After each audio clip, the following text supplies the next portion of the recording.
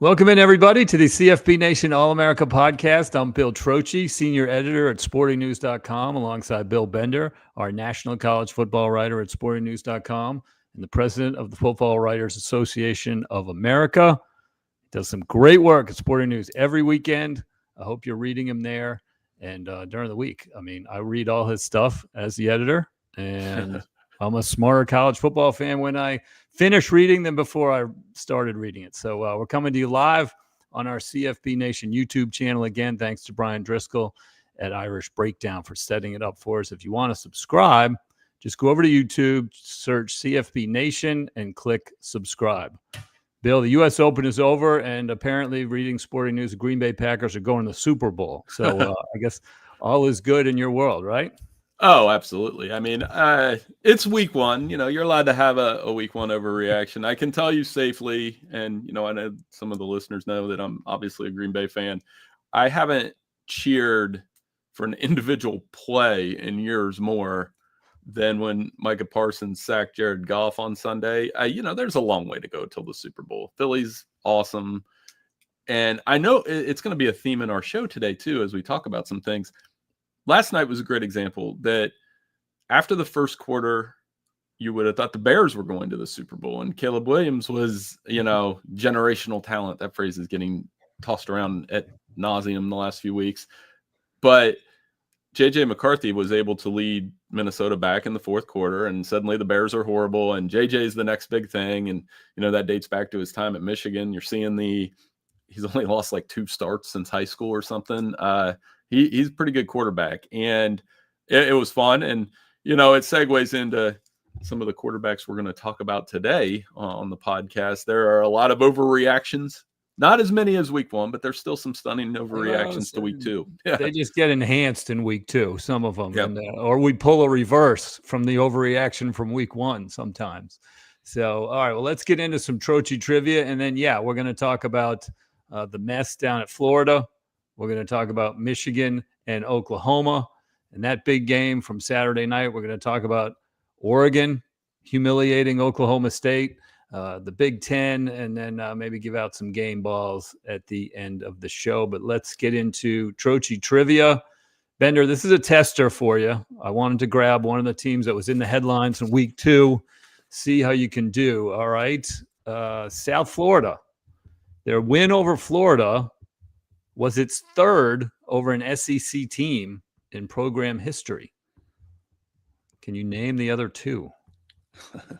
Probably not. It's a tester. Yeah, it is. I might need some hints, but it's notable when USF beats an SEC team. I mean, I thought you maybe, you know, we'll see. So anyway, tough one there. I'll give you some hints if we get to that point. We'll answer it at the end of the show. We'll return back to it. So let's get into it. Let's get into South Florida beating Florida. Florida lost 18-16 to USF, giving up a field goal on the last play of the game. The Gators had a chance to ice the game when USF missed a field goal with 2:52 to play, but went 3 and out with 2 incomplete passes. Did not love the play calling there. Punted it back to USF. USF was pinned at its own 11-yard line, but Florida helped him out with a pass interference penalty and a spitting penalty, giving them 28 yards immediately to start the drive. USF marched down the field the rest of the way, didn't face a 3rd down, got down on the 1-yard line, kicked a field goal, last play of the game. South Florida wins. Billy Napier squarely back on the hot seat again. Seen tons of takes out there. We had a replacement list ready to go just in case people were speculating. We wanted to jump on that. You know, it was the same type of undisciplined mistakes and questionable game management there at the end for the Gators. Billy Napier pulled himself off the hot seat last year. What's your take on him right now? You know, I'm never comfortable writing those replacement lists before a guy's fired. I always feel a little dirty about that, but we had that list queued up ready last year. And, you know, we were talking through this Saturday, and the same names are on the list, which is wild. Like, you know, they'll talk about wanting Dan Lanning. I think that's not quite a pipe dream, but close. You know, Dan's been pretty consistent about wanting to stay in Oregon, and we'll talk about that in a bit. And, Lane Kiffin. I mean, if anybody increased their stock, it was Alex Golish, over the last 2 weeks, beating 2 ranked teams. But, you said it, 11 penalties for 103 yards. That's where it starts for me. Anytime you have 100 yards in penalties, you good chance you're going to lose, right? Like, I mean, that's just football. And that was undisciplined, especially on the last bit. Here's the tough part, though, Bill. When you have 8 ranked teams left on the schedule. Now, not all of them will be ranked when they play, but they have 3 straight games against top 10 teams. So what are we doing with Billy? Are we saying, okay, you got to win X amount of games not to be fired? I mean, they're in trouble. LSU's not going to have any mercy on them this week. Texas won't have mercy when they play them. They play Georgia. They play Miami. Miami certainly won't. So, I mean, it's just controlling the toxic levels at this point, and the talk about other coaches. And anytime you run a replacement list like we did, I mean, those coaches are going to get, like, Dan Lanning will eventually get that press conference question. What do you think about the Florida job? Or, you know what I mean? And then it gets to be a tired exercise, but there is interest in that. And he's in trouble, and it's particularly for the late game management. You can't lose to South Florida.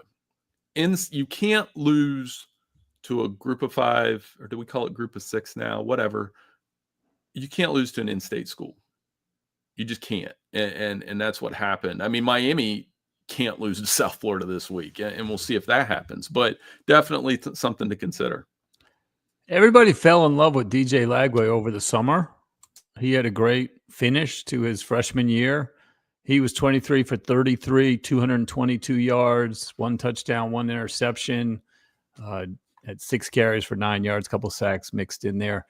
He threw the 2 incompletions when they needed to ice the game at 16-15. They were winning. First one was like an out pattern. It was not the easiest pass in the world. He played it safe, didn't want to get picked off, but that was incomplete. And then 3rd and 4, they went deep and just he overthrew his receiver. I don't know. What do you think about Lagway? Is he, everyone was so high on him and had high hopes, Napier included. I mean, that was part of the reason he held on to his job, was because Lagway represented a chance to be better in the future. But he did not do enough to beat South Florida. Yeah, I mean, we crown quarterbacks too early. That's our fault too. I mean, he still needs to develop. We're crowning NFL. We just talked about it. We just crown these NFL quarterbacks too early. There's a development curve. JJ McCarthy, put him in Canton. Yeah, now he's in Canton after 1 game, and we know that's not true. So at the college level, it's becoming a little bit of an epidemic where, and again, I'm probably complicit that, you want Arch to be good. You want DJ Lagway, another 5-star guy. But how much do you trust these 5-star guys? Apparently Napier trusts them a little too much, but that's game management. Yeah, go win the game. Go do the simple things to go win a football game. And I like DJ Lagway, I think, but again, there's development needs to happen there. And if you looked at his numbers from last year, when we were all saying Heisman and all those things, the only thing that drew me back a little bit was he's going to throw interceptions, and he's going to have turnovers, and he's going to have mistakes. And they came up at, like I said, 2 pass plays in that situation, not smart. But I like Lagway. I like all these guys. I just understand that we watched it Sunday night. Like Josh Allen and Lamar Jackson, there's a process to get to that point. And those guys were scrutinized at this level too. But, a long way before we can make those kind of statements. So one last quick thing on Florida, a guy whose name was not on last year's list, who I have thought about since we published, who is available now. His name has been cleared, but he's a Big Ten guy. Do you see Pat Fitzgerald going down to the SEC? Is that too much of a weird fit? I got a direct message from a Big Ten writer yesterday. I don't know if I can use him. I'm going to leave his name out of it, but he actually proposed Brett Bielema back to the SEC. With his stock being up. So that's what I thought you were going to say. Then I didn't have to say it. But yeah, I mean, it's tough. You look at, that's a tough job too, because you're following in essentially Spurrier and Urban shadow, and they've pressed reset so many times. In our 1 to 136 this week, and I'm not quite sure how I have them stacked up. I do think I have UNLV at the top with Dan Mullen, and then I have like Florida and Mississippi State right behind him, the two schools he coached at. So, that's one of those. Would Florida be better off if Dan Mullen was still there? That's a pretty open-ended question, especially because it coincides with NIL and everything. So there'll be a lot of candidates tossed around. But I do think Billy Napier, it's just going to be tough to go through that grind. And especially if they have more losses, like not just the loss, but losing like that. Right. All right, let's move on to the biggest game of the day. It was Oklahoma, Michigan, hyped up, got the game day treatment. Oklahoma 24, Michigan 13. OU outgained Michigan by 120 yards. Quarterback John Napier was the story, rushing for 74 and 2 TDs, throwing for 270 and 1 TD. The Oklahoma special teams kept Michigan in the game with a series of mistakes. They had a missed field goal. They had a fumbled punt. They had a roughing the punter on a punt. They had a botched kickoff return. Michigan could not take advantage. They had one 75-yard touchdown run by Justice Haynes to start the second half. That was great. Outside of that, I think they had like 30-something carries for 70 yards, maybe 70-something. Outside of that, they had 5 punts, 2 field goals, 1 missed field goal, 1 fumble. You wrote about Bryce Underwood after the game. He was 9 for 24, and I thought you had an interesting take.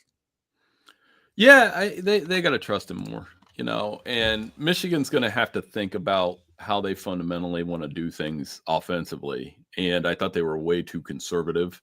I understand the young quarterback part of it. And again, this is a 5-star kid, 7-figure NIL deal through 2 games, 10 passes 10 yards or more, 7-19. That's 36.8% with 1 touchdown. He's not there yet, right? And then I understand the part about going down to Oklahoma, tough game, playing it conservative a little bit, try to keep yourself in the game. But I think Sharon was too conservative. And yeah, Dave Portney crying about it at halftime and all those not crying about it, complaining about it at halftime. And it definitely turned into, okay, well, what do you want? And then on the other end, it's about trusting your quarterback. We're going to talk about that a lot today. John Napier, 17 of 27, 62.9% on passes of 10 yards or more in 2 games. John Natier's played a lot of football. That's one thing. But there was a 3rd down play. He hits a deep pass. He gets out of a sack, rolls out, throws a deep pass. Oklahoma scores. And then at that point, you're asking Bryce Underwood to play hero ball. So I don't know that Michigan put Underwood in the right positions to succeed, but that will come with time, and then down the road, I just don't think Michigan, when you have a guy like him, and they had McCarthy and did this, you can play ground and pound with that guy, but if your running game isn't dominant, you've got to put more on your quarterback, and they'll do that with Bryce as the season goes on. They're going to have to do it in 2 weeks when they go to another tough road game, Nebraska, and it'll be interesting to see because that's an improved Nebraska team, and that's always a tough place to play. And I think there is going to be more on Bryce without Sharon Moore on the sideline. What did you think of the sideline brouhaha? Oh, nothing. Those don't bother me at all. It's football, right? Like coaches, there was one Friday night with Ron English and Jeff Brom during a timeout. Guys yell at each other on the sideline. Like I think media members make too much out of those. Like they yell at each other. It's funny. I did keep an eye on when Haynes scored his 75-yard touchdown and Underwood went down. They had their little hand celebration. It would look like all was good. Yeah. Like, I mean, I'm not going to fall back on, I just know that on sidelines are heated. It's a competitive game. You're going to yell. I go all the way back to high school basketball when I played, and my best friend and I screamed at each other all the time. So it's and mostly my fault because I would miss a layup or something. But I don't. That meant very little. He's a young kid. I think we make too much of a deal of those sometimes. So that was very. What was it? I think everyone thought it was a run except Underwood thought it was a pass. Yeah, like he threw a pass to a receiver who was blocking, essentially. And then I think Michigan got penalized. They missed a field goal. So it sounded like a running play. Probably. And Yeah, and He young got it quarterback. twisted. So it was probably on him. And, like I said, and with like Dave Portnoy and his comments during the game, that's what fans do. And I mean, obviously Dave's invested here with Underwood, so I understand his Literally. frustration, like literally invested in it. And whether you love or hate Dave, he is somebody that registers on Saturdays now, much like McAfee does. And I've got a McAfee reference here in a little bit, but yeah, certainly something they'll learn from. But the story, John Mateer's a Heisman candidate. We said that last week, that if they won and he played well, and I think he's third in the Heisman odds right now behind Garrett and Carson Beck. And to me, it's like, well, if Mateer plays well throughout the season with the rushing yards he puts up, he'll be the front runner. He's got a little Grayson McCall to him. Prime Grayson McCall. I think a little running around, and he can throw the ball and stuff. Yeah, he's a fun guy, a tough kid. He's very humble right now. He's handling the spotlight. I'm happy to see his success. Well, I was on him early last year. Managing editor Elliot said, we're not writing about a kid from Washington State. Well, maybe we should have. We waited till he got to Oklahoma and wrote about it last week. Well, one quick thing before we move on, just on that throwing the ball down the field, and I'm getting these stats from Pro Football Focus always. I check it every week. Yeah. Julian Sayin through 2 games passes of 10 yards or more, 6 of 9, 236 yards, 5 touchdowns, no interceptions. Now it makes a difference who you're throwing to, and it makes a difference. It's not going to cover the Ohio State wide receiver. You realize that this was a 7-on-7 scrimmage with no defense. Well, I'm just saying, I know it's Grambling. I was getting ready to say that, but as the season goes on, now they didn't throw the ball down the field a lot against Texas, is my point. So most of that was last week. You have to trust your quarterback. Oklahoma trusts Mateer to throw. He'll throw a couple picks. Happens. But you have to trust your quarterback. When you watch a football game, Bill, and I do this with Grant, it drives me crazy when teams just keep throwing side to side. Because if I'm a defensive coordinator and you're just doing this, it's easy for me. You have to test a defense by throwing it down the field. Notre Dame went through a little bit of that in the opener with CJ, and they're going to have to throw the ball down the field a little bit this weekend against A&M. There's my sermon. All right, there you go. All right, let's go out to Eugene, Oregon, where the score was Oregon 69, Oklahoma State 3. Mike Gundy started laying the groundwork for losing before the game, talking about the difference in the NIL war chests between the two schools. Dan Lanning didn't care for those comments and didn't care about the difference in the NIL war chests. Oregon had 10 touchdowns by the end of the third quarter. So I guess the obvious question is this it for Mike Gundy? Probably at the end of the year. I think they'll give him that courtesy that, he's done that. And you want to talk about running it up. Oregon probably could attack 2 more on. They didn't score in the fourth quarter. I know. So 69-3, 28 third quarter points, 2 back-to-back pick sixes. That was kind of the backbreaker, not even backbreaker, just program breaker. It on, baby. Program breaker in some ways. The most startling thing, and I was looking at that this morning, and they have a backup quarterback. Their starter got hurt. I understand that. Oklahoma State averages 67 passing yards a game, 133rd in the FBS. And this is a program Gundy built with, Zach Robinson and Whedon and, so many quarterbacks where they'd have 66 yards 2 minutes into the game. They'd throw it 60 times a game and be successful with it, which, another replacements list, Zach Robinson, the Falcons offensive coordinator, former Oklahoma State guy. Alex Golish spent 1 year at Oklahoma State as a GA. David Penny, 67 is service academy level, and those guys don't count because they don't throw the ball. So I think Oklahoma State will move on at the end of the year. I think go ahead. You got to give Gundy, you don't have to, but I think you give Gundy, a guy that played quarterback there, a legacy guy, give him the season and let him, resign kind of gracefully, but they can't do 3-9 again. I mean, it just fell off a cliff so fast. Mm-hmm. And has the money dried up?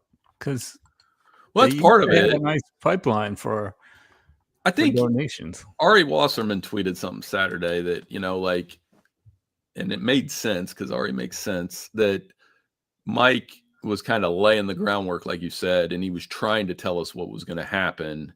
And so we shouldn't be surprised, essentially. And so you're not surprised. I was a little surprised by the score after 3 quarters. And you could tell, like, right away, for those of us who picked Oklahoma State to cover the 28.5, like 2 drives in, I was like, that's a loss. Oregon's going to pile this guy on. They were in the second quarter, they ran a double reverse flea flicker screen. Like, they were in the bag. So, and Dan Lanning, again, kind of circles back to what we were talking about earlier. He's got some Spurrier in him. He's not afraid to run it up. And I think Florida fans see that every week, and they got to be like, man, we used to have that guy that would just jab and talk and defend and doesn't. I used the phrase yesterday on a radio hit. He doesn't really genuflect to the other Big Ten programs. Like, they came in and won the conference last year. So very interesting. Probably not talking about him enough. Mm-hmm. All right, so let's go to the Big 12. And we'll talk about, Oklahoma State, obviously, in the Big 12. The loss by Arizona State at Mississippi State. Not a good look for a league trying to get more than one bid. Mississippi State didn't win a game in the SEC last year, and they beat the Big 12 champion. They were up 17-0. Arizona State got it back to 17-17. They had first and goal. It looked like they were going to win by a touchdown. They were inside the 5-yard line. Then they ran it up the middle 3 times, kicked a field goal, and gave up a 50-yard touchdown 30 seconds to go. So Arizona State losing, to Mississippi State tells me, I don't know, what's the state of the Big 12 right now? Because Iowa State looks like the favorite. I think you put them in your college football playoff projection that you do every Saturday night after the games are finished. And they beat a Kansas State team that lost to Army. They beat an Iowa team by 3 points. That's 6th, 7th, 8th best team in the Big Ten, maybe. Who knows? Probably lower than that, maybe. What are they hanging their hat on? I just right now they look like a one-bid league. Utah looks good, I guess. They haven't played anybody really, but it's looking like a one big league. They will be. And a couple things. I can't reach it. It's over here. I have a cowbell. Like, they weren't ready for that. Starters, they weren't ready for that. You can't ring a cowbell for us? I knew Mississippi State was cover. I didn't think they would. It looked like Arizona State was going to cover miraculously because it was 6.5 and they were on the 1-yard line. They weren't ready for that early, falling behind 7. I think they missed Cam Scatteroo, if we're being honest. Like, big time. But Cam, watching some of the plays he was making with the Giants the other day. The announcers missed Cam Scatteroo. Joe Tess can't go to sleep without saying Cam Scatteroo. Everyone likes to say Cam Scatteroo. We miss him. And here's the trouble spot for the Big 12 and, quite frankly, the ACC. We put this in our 1-to-1 36 this week. The SEC is 3-0 against the Big 12 and 4-1 against the ACC. They're lucky, quite frankly, they're lucky that Florida State beat Alabama. That's the only loss the SEC had to those two conferences. These hidden games along the way. Vandy beating Virginia Tech, 3-0 against the Big 12. Missouri beating Kansas. That's another, like, mid-tier versus mid-tier, right? It matters, though, like, when we sort these things out. So for Mississippi State to beat your defending champion is a big deal, even because they did a home and home. So you could say, yeah, it's fair. Big 12's in trouble as far as playoff contenders. I do think BYU's solid. I think BYU-Utah is going to be awesome because Utah's good. Utah's good enough to win that conference. Iowa State, we don't love them. They're grimy. They're fun. They grinded out a big victory against Iowa and all that. So I do think it's a one-bid league. I don't know if the ACC is a one-bid league. That's the other thing is, like, the ACC has Clemson and Florida State, but Georgia Tech is like a 4-point underdog this week and could actually. There's a decent chance they beat Florida State, Clemson. That won't surprise me. Baylor beating SMU is what the Big 12's kind of hanging their head on, and Baylor just got crushed by Auburn. So you see what I'm saying? Another 6th or 7th best team in the SEC. Yeah, know? so, I mean, it's trouble, like and I've made it a conscious effort to look at those the last 2 weeks, I chart them on a spreadsheet of, okay, these are the 2 power conferences. Now, some people would argue, well, Ohio State beat Texas, that's what matters most. Sure, it's the big one, but to me, Oklahoma beating Michigan's just as important from a perception standpoint, and I should probably go back and look at all those games and see what the home team did. Can you go into a game like that? So again, as insignificant as it might seem, Wisconsin and Alabama is kind of an important game on those perception things as we get into November. But yeah, the Big 12, other than Utah, who looks to me probably like the team to beat, going to Wyoming this weekend though for a tricky one. That sounds crazy, but man, they go Elliot, our boss. I'm gonna bring it back for one minute, and we know, like when you go to Wyoming at night, it gets weird. They have one of those a year. They do. And we sat down with the ACC commish this summer. His conference is not coming through those numbers you put out. 2-8, Power 4 versus Power 4 so far, after a 2-11 bowl performance last year, I think, something like that. So he's got some strength at the top of the conference with Miami, Clemson, Florida State, all looking decent. And then, we'll see about Georgia Tech, whatever. They're kind of on the fringe. But the best thing for them, Bill, would be Miami just drilling South Florida this weekend. Yeah, the middle tier and the lower tier, they're not getting it done. Mm-hmm. So anyway, all right. So quickly, let's touch on that Iowa State-Iowa game. The Iowa State takes down, where do we got here? Iowa State 16-13, 54-yard field goal with 1:52 to play for Iowa State. A very Cyhawk fashion, very typical Cyhawk game. 1:52 to play. Iowa gets the ball back. Did they march into field goal range, Bill? No, they did not. 4 plays, -5 yards. That was the ball game. New Iowa quarterback Mark Gronowski looked a lot like the old Iowa quarterbacks. 13 for 24 for 83 yards, 3 sacks. He's averaging 64 passing yards a game. Talk about service academies there. Those are his 2 starts. I don't know what happens with these poor Iowa quarterbacks when they come to Iowa to save the program, and they're not doing it. What's Kirk Ferentz' future to you? And, where does Iowa stack up in the Big 12? It looks like they're just the same exact team once again. You know who played at Iowa? Brett Bielema. I'm just going to put him up for every opening right now. So that would be Big Ten drama right there. If Bielema, who also coached, that'd be straight out of the SEC playbook of stealing each other's coaches. But look at the 2 programs right now. Like Bielema has a 3rd-year starting quarterback he trusts. The quarterback trust again, a nasty defense. Look at the differences there. Illinois went down to Duke in a game that was a 3-point spread that even I thought, hey, Duke's got Darian Mensah, Manny Diaz, they're solid. Second half, Illinois beat them down. Blowout, 17 unanswered in the 4th quarter. That's what Iowa probably wants to be. What Illinois is like. And then next week, Illinois plays Indiana. Like, imagine being Iowa and like you want to be like Illinois and Indiana. Indiana scored 60-some points. Forget about Michigan and Ohio State. Yeah, you're trying to be like Illinois. Yeah, they're not. That's not the conversation they're in anymore. They would occasionally pick off Ohio State or Michigan at home, but again, like as I was looking at pass offense, Iowa 130th in the country, 83 passing yards a game. That is not sustainable. No matter how good your defense is. And I saw that firsthand last year when I went to the Ohio State game.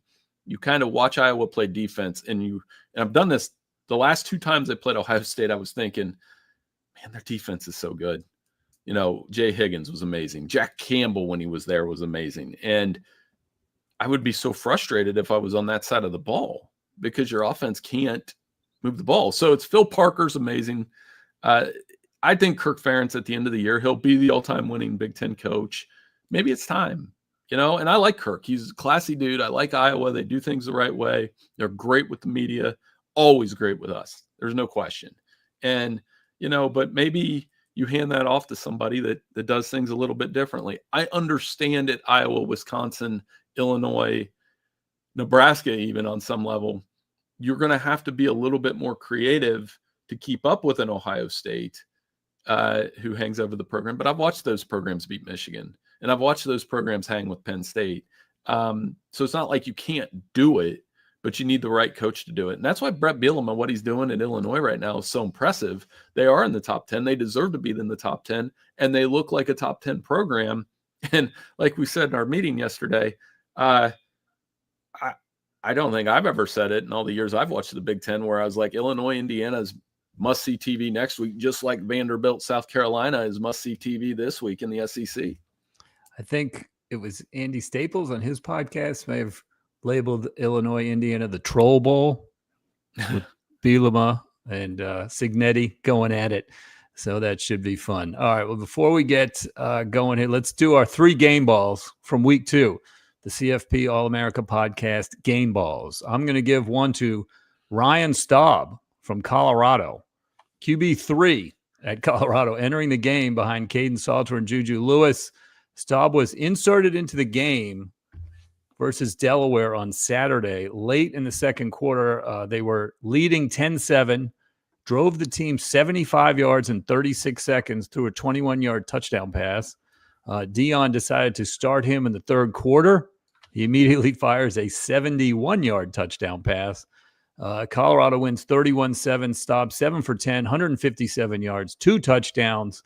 Guess he's QB1 now, and he also had one memorable post-game interview on the sideline. So, first game ball, Ryan Staub. Second game ball, I'm going to give to the Vanderbilt coaching staff for halftime adjustments. Vanderbilt trailed Virginia Tech 20-10 on the road Saturday night. Then apparently transformed into the greatest of Nick Saban's Alabama teams in the locker room at Lane Stadium. I don't know if you realize the level of dominance in the second half, Bill. Vanderbilt had 5 second-half possessions, 5 touchdowns, 337 yards. Virginia Tech had 5 second-half possessions, 4 punts, and a fumble, 15 total yards. All right. 34 zip in the second half. Vanderbilt wins 44-20. The Fighting Diego Pavias take on, like you said, South Carolina this Saturday. My third game ball goes to Fran Brown at Syracuse, not for his coaching during the game, but his coaching after the game. Brown made his team run post-game sprints at the JMA Wireless Dome following a 27-20 overtime win over UConn. He was unhappy with the effort.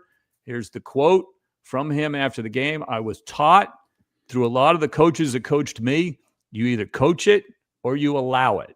So I feel I'm allowing it. There's just some things I got to do. I just want to hold them to the standard of who they are. These guys are excellent men. They're going to be great fathers and great husbands. I want to make sure that I'm always holding them to that standard of who they are and not allowing them to underachieve at anything. So, Bill, I'm going to ask you, if I let a typo slip of one of your columns, please don't make me run post-game sprints. What I always tell you, man, I love it from Fran. I mean, straight out of Miracle with Kurt Russell and the whistle, and every youth sports coach ever has borrowed that scene. Trust me. Yeah, I'm always better. I'm always better at my job when I'm a little angry. So you can yell at me anytime. It's fine. But I don't mind that at all. I like Fran Brown a lot. He's really trying to change that program. And sometimes, it looks extreme to the outsider, but the way he brought that back and he does care about those kids, it's fine to me. I'll do mine real quick. We get a mini game ball to Penn State for producing Micah Parsons, but I won't go on along about that. Yeah. But so they get a mini game ball. The 3 game balls this week.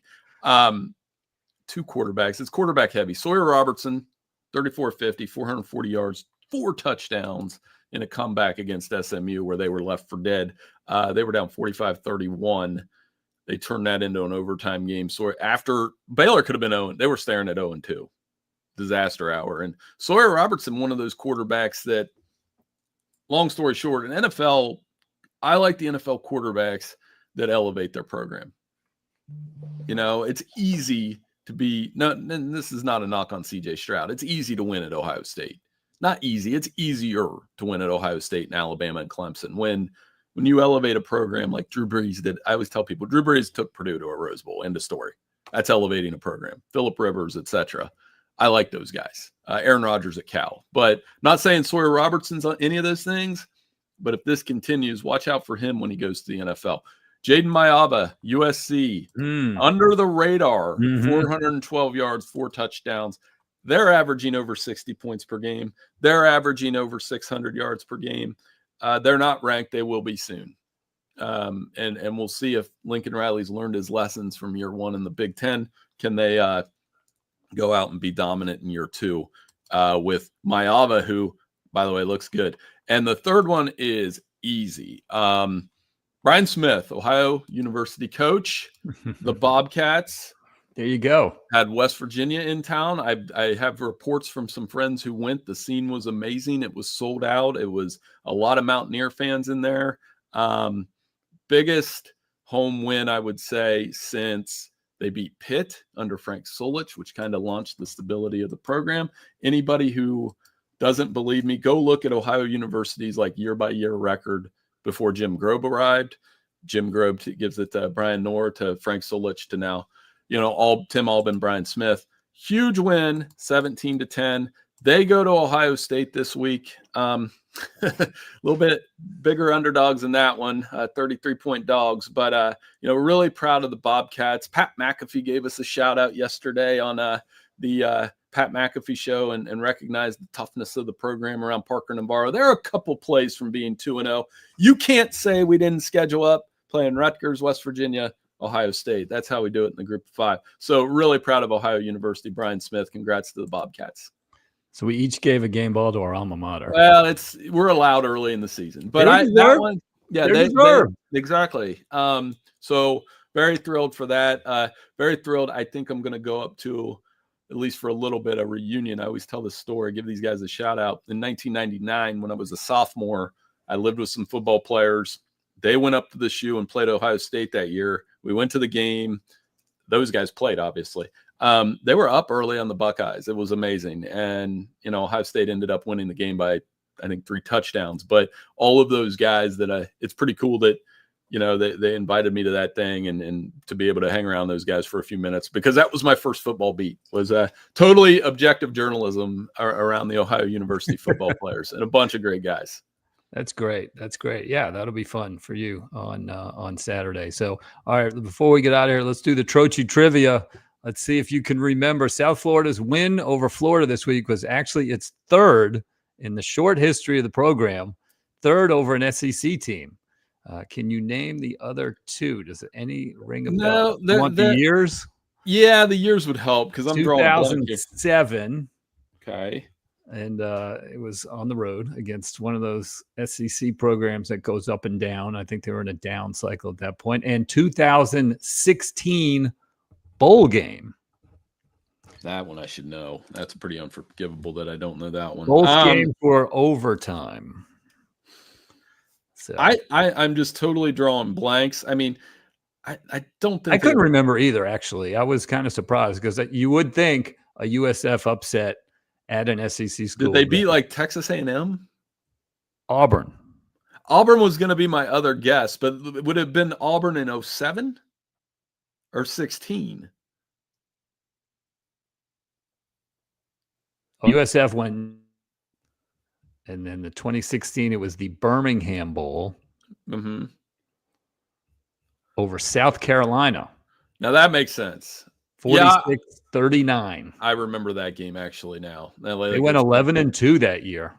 Yes, I remember watching that one, because I thought, we'll see what this South Florida team is all about. That's a great question. I was trying to dig back to the Big East days, because they had a couple good teams in the Big East, and I'm like, did they beat somebody then? But good for them. They're on top of the world, and as we wrote at Sporting News, you like that those stories pop out. I'm happy that South Florida's really popped onto the radar here. We'll see. I know we'll talk about it in our second show Thursday about what the realistic chance of them doing it again against a really good Miami team is. Mm-hmm. Yeah, Auburn ended up going. Actually, they went 9-4 that year. Mm-hmm.